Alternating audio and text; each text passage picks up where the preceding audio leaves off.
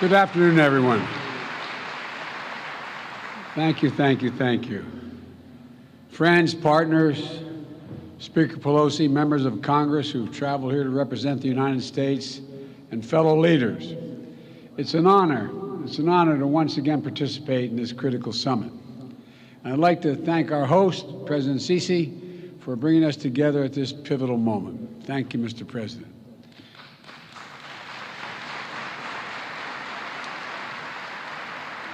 Let me start by acknowledging that this day is a day of commemoration at home in the United States. It's Veterans Day. America's veterans and their families, survivors and caregivers, are the very spine and soul of the United States. And on this special day, on every day, I honor all of those who sacrificed for our nation like my son.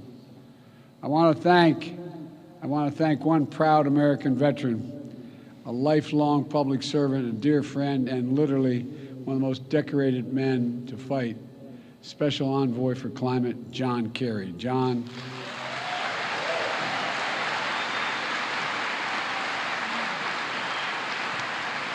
your commitment, your passion, your diplomatic expertise have been absolutely critical to delivering incredible progress on climate issues over the past 2 years. And I thank you, pal. I thank you for being my friend. Here in Egypt, the great pyramids and the ancient artifacts stand as testament to millennia of human ingenuity.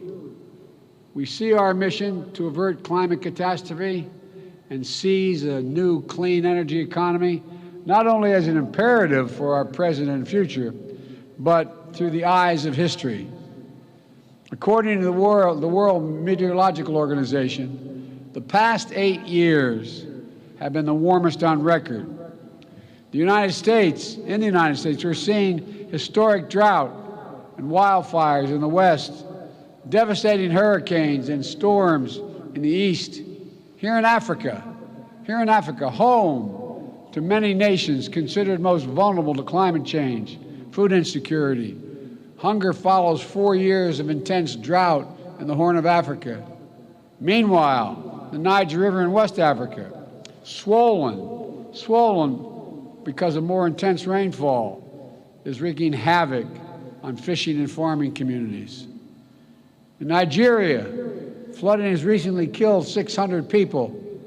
1.3 million more are displaced.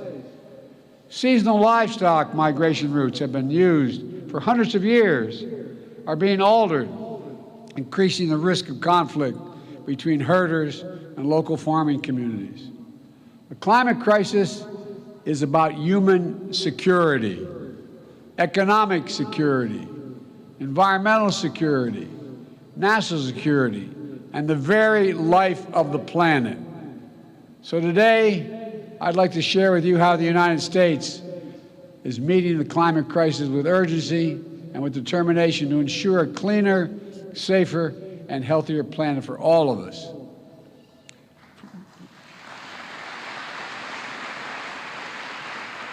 From my first days in office, my administration has led with a bold agenda to address the climate crisis and increase energy security at home and around the world.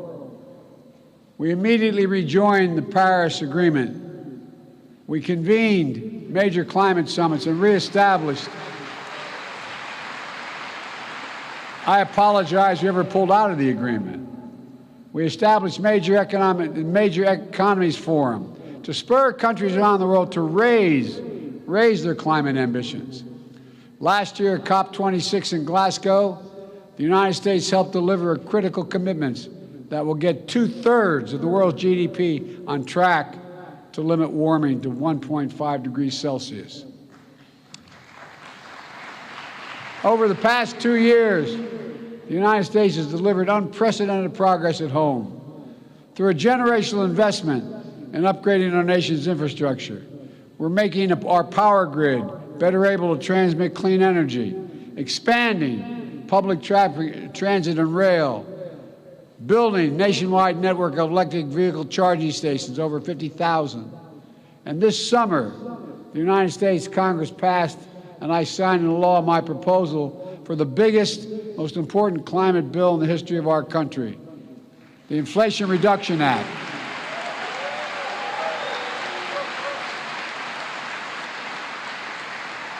It includes less than I asked for, but a significant amount, $368 billion to support clean electricity, everything from offshore wind to distributed solar, zero emissions vehicles and sustainable aviation fuels, more efficient electrified buildings, cleaner industrial processes and manufacturing, climate-smart agriculture and forestry, and more. Look, our Department of Energy estimates that the new law will reduce emissions in the United States by about 1 billion tons in 2030, while unleashing a new era of clean energy-powered economic growth. Our investments in technology, from electric batteries to hydrogen, are going to spark a cycle of innovation that will reduce the cost and improve the performance of clean energy technology that will be available to nations worldwide, not just the United States. We're going to help make the transition to a low-carbon future more affordable for everyone, accelerate decarbonation beyond our borders. In fact, the International Energy Agency recently concluded that our significant climate investment will, quote, help turbocharge the emerging global clean energy economy. I was reading their quote, sorry. It's going to shift the paradigm for the United States and the entire world. We also ratified the Kigali Amendment to rally the world in phasing down the production and consumption of HFCs, greenhouse gases, that are thousands of times more damaging than carbon dioxide. And just yesterday, the United States became the first government to require that our major federal suppliers disclose their emissions and climate risk and set targets for themselves that are aligned with the Paris Agreement.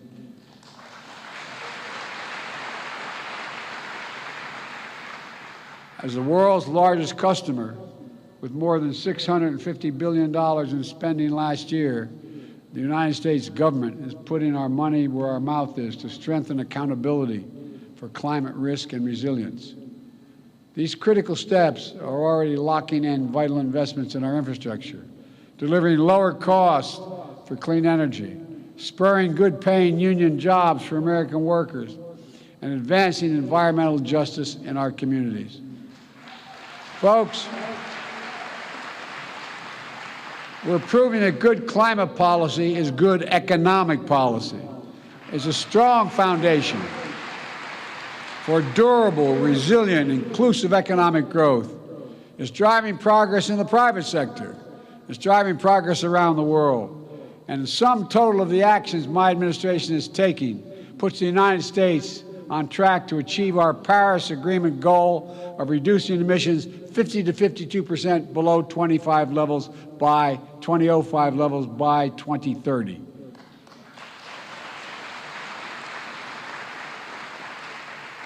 Let me just take a moment to emphasize how meaningful it is that I can say that. I introduced the first piece of climate legislation in the United States Senate way back in 1986, 36 years ago. My commitment to this issue has been unwavering. Today, finally, thanks to the actions we've taken, I can stand here as President of the United States of America and say with confidence, the United States of America will meet our emissions targets by 2030.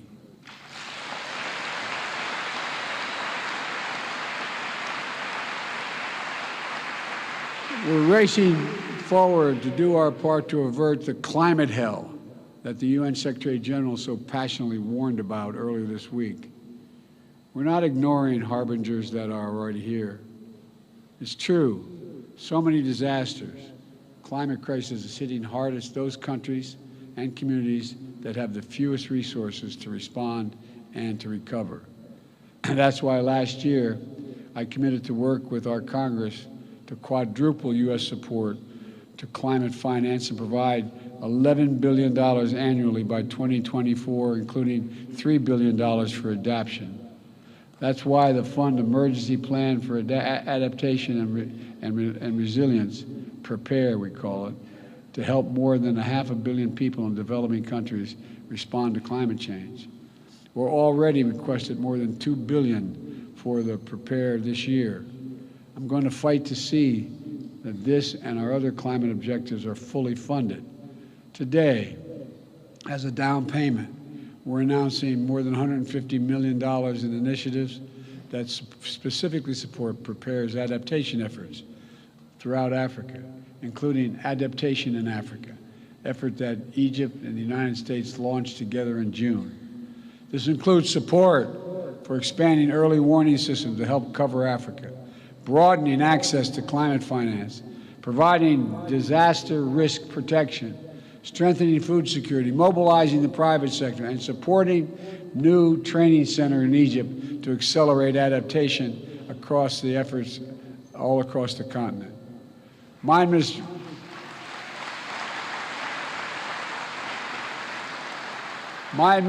has also made the United States the first ever contributor to the Adaptation Fund last year, and this year we're doubling our pledge to bringing our total commitment to $100 million.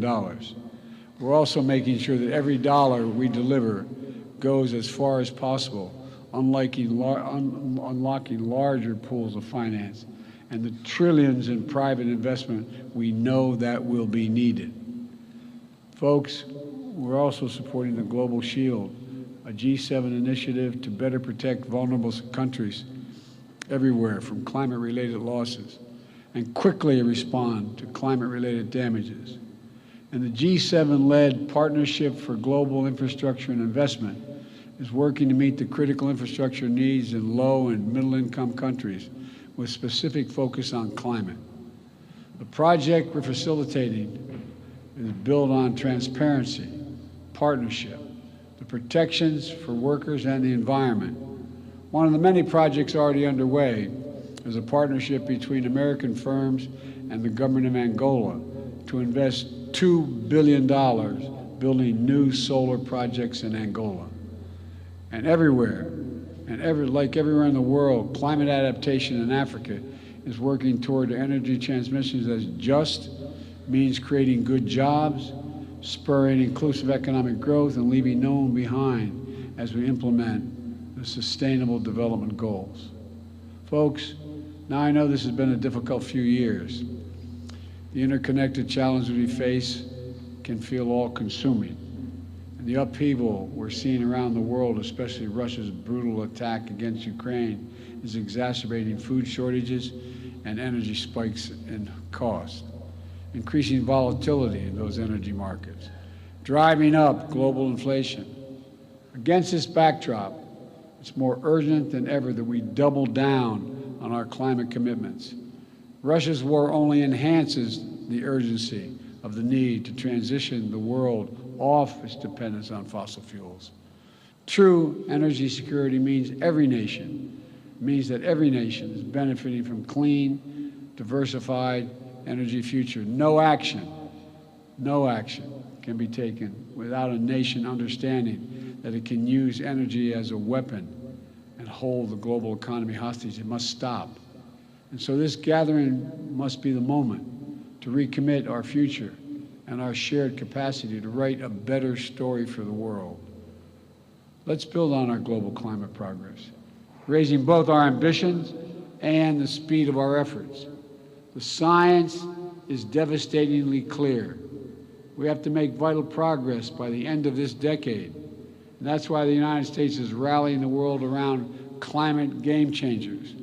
I launched one such game changer last year in the European Commission President von der Leyen, the Global Methane Pledge. We started it with the EU and 8 other countries. In Glasgow, it grew to more than 100 countries. Now more than 130 countries have signed on to covering more than half of the global methane emissions. Methane is 80 times more potent than carbon, and it accounts for nearly half of the net warming we're experiencing now. So cutting methane by at least 30% by 2030 can be our best chance to keep within reach of 1.5 degrees Celsius target.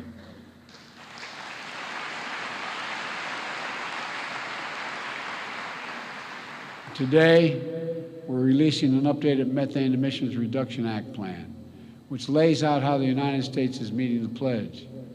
We're investing more than $20 billion in domestic methane mitigation to do things like cap orphan wells, leaking methane, improving industrial equipment in the oil and gas sectors to reduce emissions.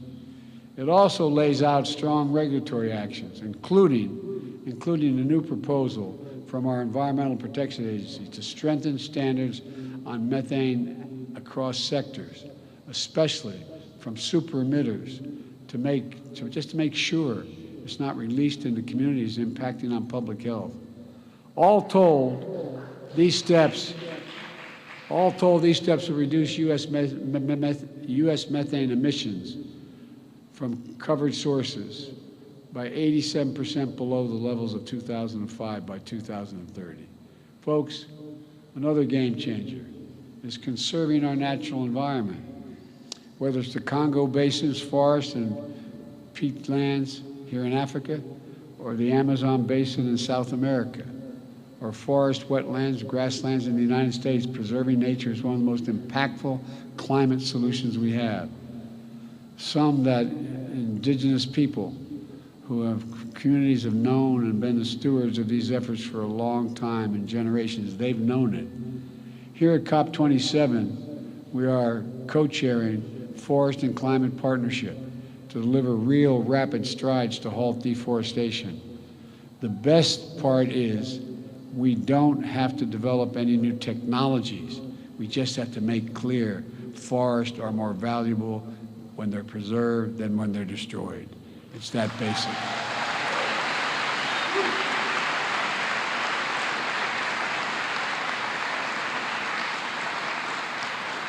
And those who are able should be chipping in to help those countries, in fact, preserve those great forests. We're bringing together partners across the public and private sector and philanthropic sectors to put the healthy ecosystem at the heart of healthy economies. This is it's going to take all of us. It's going to take all of us. We need to harness our capacity to tackle emissions in economic sectors like international shipping. If the shipping sector were a standalone economy, it would rank as the 10th largest emitter in the world. So together with Norway, the United States has launched the Green Shipping Challenge. During this COP, we've seen dozens of commitments from governments as well as ports and private companies to facilitate green shipping corridors and align the sector with the 1.5-degree goal. If we can accelerate actions on these game changers, we can reach our goal. We can keep it within reach as well. But to permanently bend the emissions curve, every nation needs to step up. At this gathering, we must renew and raise our climate ambitions. The United States is acting. Everyone has to act. It's a duty and responsibility of global leadership. Countries that are in a position to help should be supporting developing countries so they can make decisive climate decisions, facilitating their energy transitions, building a path to prosperity and compatible with our climate imperative. If countries can finance coal in developing countries, there's no reason why we can't finance clean energy in developing countries.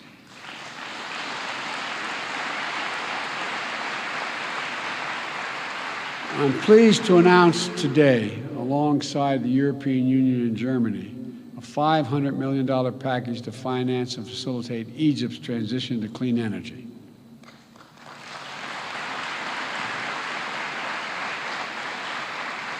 This package will enable Egypt to deploy 10 gigawatts of renewable energy by 2030, while bringing offline 5 gigawatts of inefficient gas-powered facilities, reducing emissions in Egypt and power sector by 10%. We will also work with Egypt to capture nearly 14 billion cubic meters of natural gas, which Egypt currently flares, vents, or leaks from its oil and gas operations. And because of this cooperation, Egypt is elevating its climate ambition and submitting enhanced national determination contributions. If we're going to win this fight, every major emitter nation needs to align with the 1.5 degrees. We can no longer plead ignorance to the consequences of our actions or continue to repeat our mistakes. Everyone has to keep accelerating efforts throughout this decisive decade. My friends, I came to the presidency determined to make the transformational changes that are needed, that America needs to make, and we have to do for the rest of the world, to overcome decades of opposition and obstacles of progress in this issue alone, to reestablish the United States as a trustworthy, committed global leader on climate. As I stand here before you, we've taken enormous strides to achieve that. But I don't stand here alone. This progress is being driven by young people all across America. Like young people around the world, they feel the urgency of climate. They feel it deeply. They're committed to these issues. They know the stakes, and that's their world we're creating. This is not to stand by and allow us to fail in this responsibility. We can't. That's why as I look out of all the things that we've accomplished with so much more to do, I'm optimistic. For all the work that remains to be done, we have to put down significant markers of progress. The United States has taken enduring steps to meet our goals. We're delivering on our promise of leadership, and more of the world is standing with us. Though determined diplomacy is necessary, we're finding consensus, building understanding, and launching new approaches. And the inspiring passion of young people, civil society, climate activists, indigenous communities is literally galvanizing the world. Yes, the challenges we face are great, but our capacity is greater than the challenges. We must never doubt that. So let's reach out and take the future in our hands and make the world we wish to see and that we know we need. A planet preserved for generations to come. An economy powered by clean, diversified, secure energy sources. Opportunities unlocked through innovation and cooperation to deliver equitable, more prosperous, and more stable, and more just world for our children. That's why we're here. That is what we're working toward. And we can do it together, I am confident. Thank you, thank you, thank you, and may God bless you all.